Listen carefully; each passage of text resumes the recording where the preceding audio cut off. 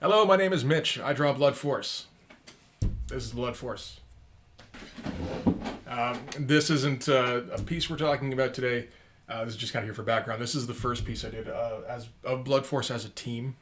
But the purpose of this video was an idea that my friend Jay came up with, where he thought it might be a good idea to go over some old Image comics that are sort of, I don't want to say peers. That's going too far, but in the same vein as Blood Force. So 90s-esque, maybe have some sort of influence, or maybe something I look fondly on. And it sounded like a great idea at first. I was like, oh yeah, no, I'm in totally. And then like my brain started spitballing. And it's like, yeah, no, I could talk about, Youngblood #1. I could talk about Wildcats #1, Pit and Wetworks, etc. And keep going. I can talk about the stuff that got me into comics from that era, like Uncanny X-Men 275, Amazing Spider-Man 346. And I actually started a commentary for Uncanny X-Men 275. And, well, I finished it. And it was 20 minutes, but I didn't say a whole lot. I just kind of flipped through it and went, yeah, Jim Lee's really good, eh? So we're not going to do Uncanny X-Men 275. Maybe sometime in future when I'm a bit more adept at these, let's be honest. Today we're going to start out with the beginner's package. We're starting out with Youngblood. So you may notice some similarities. Perhaps not. But I'll give you some quick backstory. I got into comics fairly late in the game. I feel like most people, when they get into comics, they got in when they were like 6, 7, 8. I certainly had a few when I was that age, but they didn't grab me at that time, which is a little weird thinking about it. Because I could draw. I was the drawing kid at that time, but no, they were a thing I'd pick up.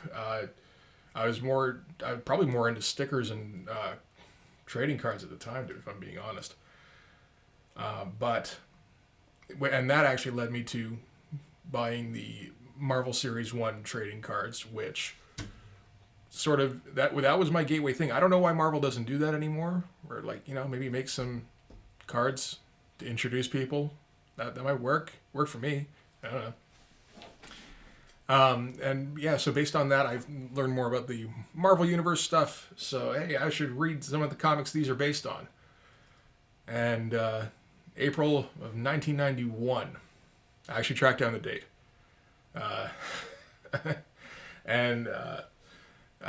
So I went into the convenience store, started picking up stuff, and I feel like that was a good time to get into comics because that was when these guys were starting to get big.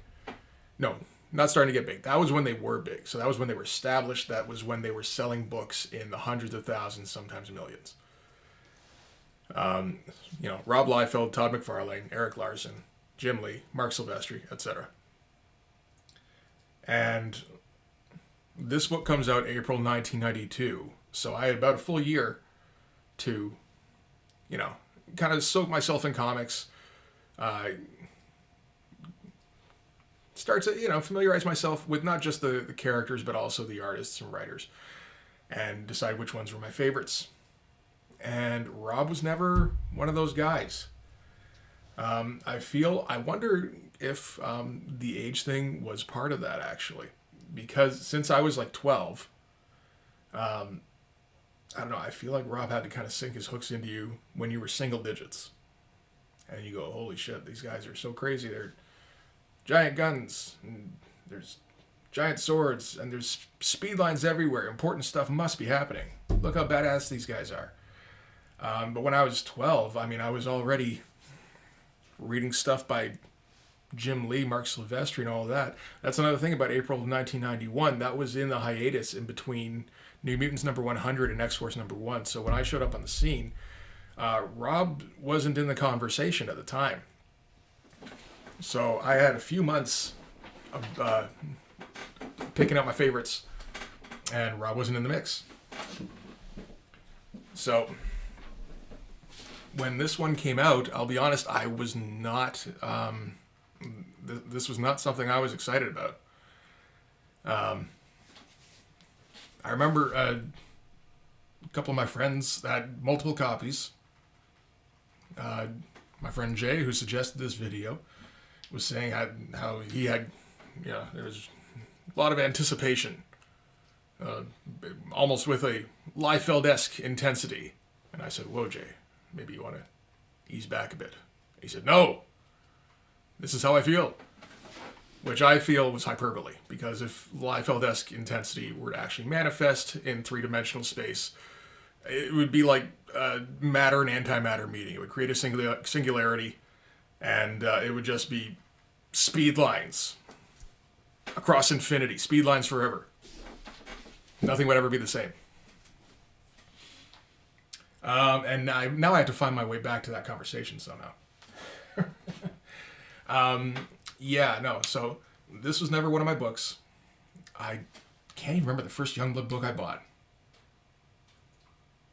I think it was probably Youngblood Strike File, and that was because I like Jay Lee better. So my first go through, this is actually my second take for this video. My first go through on this comic, I think was wrong-headed. I ended up doing sort of a page-by-page critique, only I was very scatterbrained about it, and I picked out like 2 or 3 things per page. And that's just the wrong way to approach a Rob Liefeld book. I mean, look at any of these pages. Do you want to pick a panel? Let's pick a panel right here. This is after 5 pages of Shaft bouncing his way around speed lines without mussing his perm up once. 5.5 pages of Shaft. Rob Liefeld remembers he has to introduce another member of the team. So he introduces Bedrock. Not Badrocket at this time, he's Bedrock. And this is the first panel we get of Bedrock. For one thing, Bedrock is kind of tiny. I don't know if you've seen that image of the cover with Bedrock with the 2 women and the one woman is like sitting on his arm, that kind of thing. Maybe that's several years from now after Bedrock has grown. That could be the case. But here we get, this is how we're going to introduce the big strong guy character. Tiny little panel showing off a house. It's a house. I'll give him that much. Tiny little panel showing Bedrock. I think he's got a reinforced chair, so he thought that much about it. Tiny little feet. And tiny little panel showing a close-up of Bedrock with slop on his face. And, I mean, this is not a dynamic introduction of a character, but he had to jam in everything he could. And, I mean, if we're just looking at the rest of these panels, this pose doesn't really make any sense. Hair's bad. The jacket's bad. Folds are bad. Very stiff, Forget actually putting any detail on that back foot. Don't need it. 3 guys in the background who look like they were drawn and shrunk down, because that's a little bit more detail than usual. No background. And then we get Shaft sprinting away. Same guys, similar poses. Don't need drum. Just draw the outlines. Girlfriend with way too long legs. No expression. Just not a very good picture. Rob just shouldn't do close-ups of women. Like and I'm not touching on everything, There's all sorts of crap in here. Why is the space here? Why didn't you just extend this down?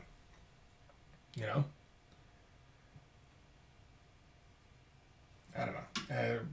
What is this hatching background? Was this even necessary? This could have been blank. You threw this in for detail, I suppose, except it's not detail. It doesn't describe anything. There's a million things you can go into on any given Liefeld page. And this is stuff he's trying a bit on. Not a ton. If he was really trying, I mean, maybe he'd have done some layouts and actually drawn a proper first panel introducing Bedrock. But he didn't do that. So, I mean, I can go through and nitpick panel by panel, but it would just take hours. So we're not going to do that. What we're going to do is we're going to take into context the circumstances under which Rob released this issue. How about that? So it's 1992. Rob is the hottest artist in comics. He's got his Levi's commercial, his Spike Lee thing. He's been on Dennis Miller. He sold how many copies of X-Force? I think 3 million. Maybe it was 5. I think it was 5, and X-Men sold 8. That sounds about right. And he's, top of the world. And he splits from Marvel, and he gets to do... has complete creative freedom. And he comes out with this. And, it's a good cover for Rob, particularly. Because he does not put this kind of effort into a cover. If you've seen any of the covers he's put out in the last few years, in the last, I want to say 20 years, none of them reach this level of effort. It's usually one dude, maybe with some floating heads, and one or possibly two of the heads may be concerned. And that's the extent. It's not dynamic. It's not even interesting. It's why did you do this? What was the point of this? And I don't take this as I'm shitting on Rob personally. I'm not. I got nothing against the guy. I did before. That's part of the reason I'm drawing this stuff. I was pretty jealous. I just not being able to understand. Rob can't draw very well. Why is he a millionaire for that? That's not fair. But who cares about fair, right? So I've watched a couple of interviews with him now. I've heard him talk, and he seems like a likable dude, which bugs me. He seems way too excited about absolutely everything. He does very good, or at least very entertaining impressions. I don't know if they're accurate exactly. I saw one interview where he was talking about working with Alan Moore back in the day, and he does a very entertaining Alan Moore impression. I've heard Alan Moore in interviews. I can't quite remember if they're accurate, but they sound great. And that made me like Rob a bit better. I'm not too sure about his McFarlane. So I've got no problems with Rob himself. And quite frankly, I think he speaks... When he speaks about comics, he tends to do it in a very... he's in a position where he doesn't have to fuck around. He doesn't have to kiss anybody's ass. He doesn't have to prop up people that he doesn't, actually believe in their talent. So he can just kind of say what he wants. So you can probably believe him when he says things. And he's got a level of self-awareness that, quite frankly, I didn't think he was capable of. When he talked about Alan Moore working on Violator Bad Rock, I remember that at the time. I was like, good God, why would Alan Moore work on that? And he must need money, and I think that was the case. But Rob himself has said, "Oh my, I don't know. Here, you want to work on Violator Bad Rock? Like I don't know. You get the idea that we both know that you're too good for this, but I'd love to have your name on my book." Like I said, level of self-awareness I didn't think Rob was capable of. But I've gone on about 7 tangents from where I started. So anyway, this is Rob completely from scratch coming up with a new team. Not for him. He had the team since 1985, I think. But for the rest of us, he's introducing his new team to the world. And okay. First of all, the cards. The cards look like shit, but I suppose it's nice to throw in just an extra thing, right? The thing is, in 1992, we weren't too far out from the Jim Lee X-Men trading cards, and that was the peak of superhero trading cards. They never got better than that as far as I saw. I don't care about that Marvel Gallery stuff, the Joe Jusko, there's probably Alex Ross cards out there, the Hildebrand Brothers, any of that shit. Jim Lee X-Men trading cards was the cream of the crop. Never got better. And this was the Image version of this. And I'm pretty sure Jim Lee had some of these in some of his comics too. And they also looked equally shitty, so he's not off the hook.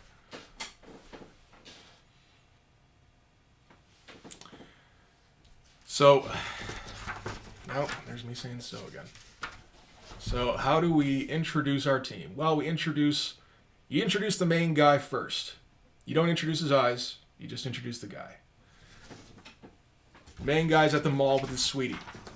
Main guy gets jumped by, he gets put into a red herring situation where he gets chasing after a purse snatcher. Sniper guy is going to take him out. He gets alerted. And how'd gurgle? No arrows. I don't recall Hank Canals winning an Eisner Award for dialogue. So that's kind of a standard setup, although Rob did take probably longer than he needed to introduce his dude. And but he's his main guy. He's the guy he's happiest with. And then, like I said, ran out of room, got to introduce the rest of the team. I feel like he forgot that he decided this is a flip book. So you don't have 24 pages, 28 pages, 20 pages, whatever to introduce your team. You got to do it in 10 or 12. So 5.5 pages on one dude is actually most of your comic. So we get 4 pages of Bedrock, one of his creepy mom, doing just the worst version of an Art Adams smile. He tried. We get 3 panels of Die Hard. 3 panels and a half a page of Chapel. I mean, at least he got...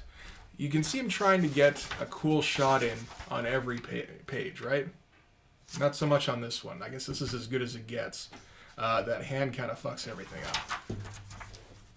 But yeah, that's probably one of his better shots of Chapel. I'm pretty sure he would like that one better. I think Rob probably loved the shit out of that Chapel. I think that Chapel is why the main problems in this cover exist. I think he drew these 3 guys first, drew the torsos for these 2, thought that looked freaking amazing. Filled in Bedrock, got down to the feet and went, oh shit, combat in Chapel's feet go below shafts. How do I cover that? Curvature of the earth. Cover all the feet. Feet don't exist. We're in a footless continuum. And this is him kind of trying to go for the same thing. And yeah, we basically get 1 panel of Vogue. We don't even really get 1 panel of Photon. I checked. I thought maybe, Photon's maybe in the backup feature. And no, he's not. This is it. This is all we get of Photon, I think. And then Team Shot.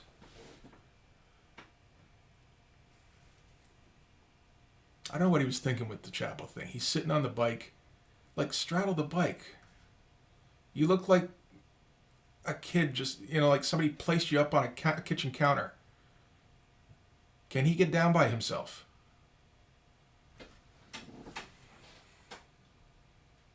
Anyway. And then they get the call in about a threat. And you get your big close-up, so Rob's going to throw on all the lines. Get close-ups of dudes looking concerned. Although some of these faces, that Chapel face is a little weak. And then here's the threat, right? So these are Rob's first villains. And it's the 4. I don't believe the 4 show up in Youngblood again. They might show up in Brigade or something. It seems an awful lot like Rob's just kind of introducing new members of the Mutant Liberation Front from X-Force. But how many? There's 1, 2, 3, 4, 5. Yeah. 1, 2, 3, 4, 5. Oh, I thought it was 5.5 pages. It's 4.5. 6, 7, 8, 9. 8 pages to introduce the team. Essentially 2 pages to introduce your no-name bad guys who will never return. And then this is the fight. The next issue is when he introduces Prophet. So we don't continue this, from what I recall. I'll take a closer look at some point. But this is the whole fight. Is Die Hard swoops in, folds himself in half, punching out this guy. Punches him again. That's the same dude. And then goes, and this time you won't be as lucky. And then kind of that's it. We get a big splash page that Rob was very happy with, I'm sure. Particularly the way Chapel's situated on that motorcycle. That ain't easy. Although his knee is in his armpit. We'll let it slide. And he would not have fit at his mom's kitchen table in this state. And then people in berets react. Like that's the whole first part. We're done. Second part, I guess there's a lot more story in the second part, as far as story goes. Introduce the Shaft trading card with his massive quads. He's just a squat fiend. But introduce the Hassan Hussein threat, because we have to inform the 11-year-olds about the Gulf War. Get a big splash page. Get dudes theoretically fighting. It's mostly dudes standing around in lungy poses, leaping with speed lines. This gets me pumped. Too rare for my taste. Something happened in between those. More lunging, flying, looking, running. Like, there isn't really much of a fight here. There's a lot of let's go. There's, on my way. Stay alert. These aren't fights. This is everybody running to a fight. Over and over and over again. This panel's okay. Stuff happened. And Rob drew shadows. That doesn't happen too often. Because Hassan Hussein has not quite the tube robots. Anybody familiar with Rob Liefeld will know his tube robots. Those are his standard generic bad guys when he doesn't feel like finishing up a page. These are like proto-tube robots. And, okay, now we get to a little bit of actual fighting.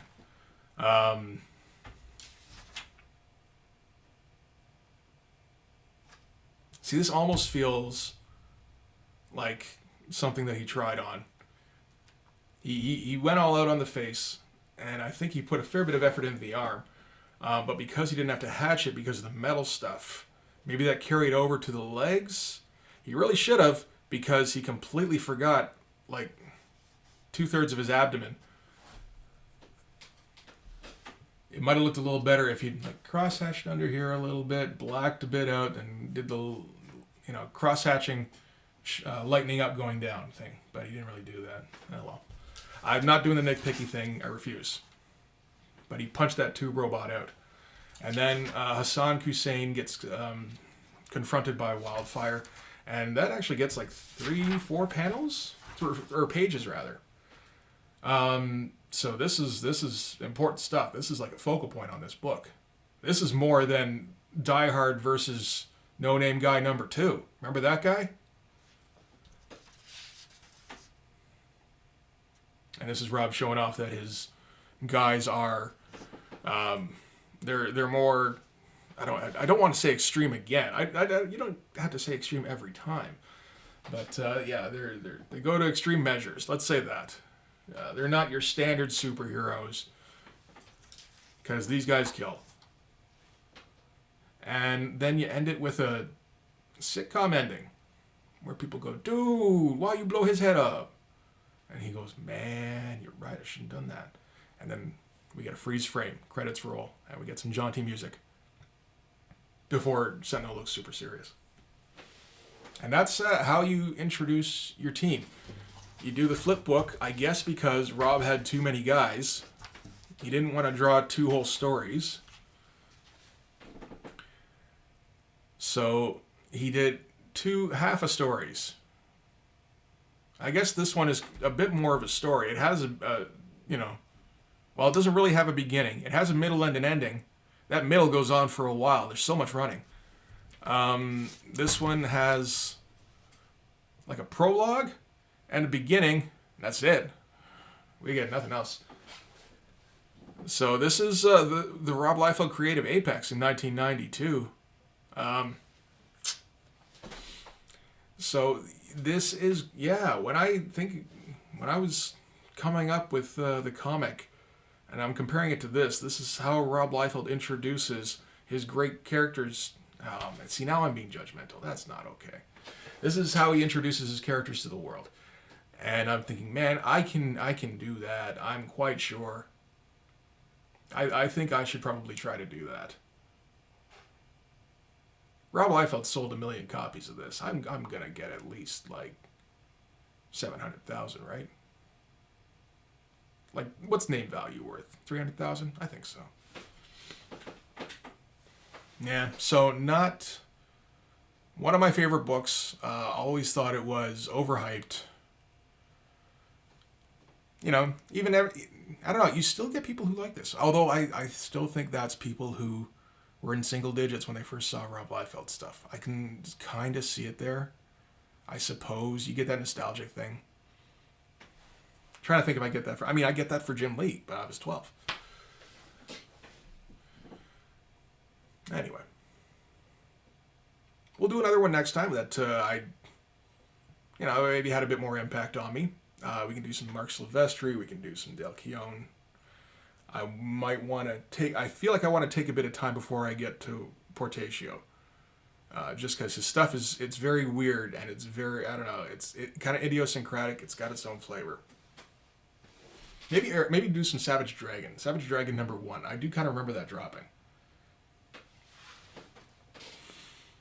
And this is the part of the video then where I exhort you to do the things. What do they say? You can do if you can subscribe, you can do that. You're allowed. So if you subscribe, you'll get notified when I make more of these. So if you like them, you can do that.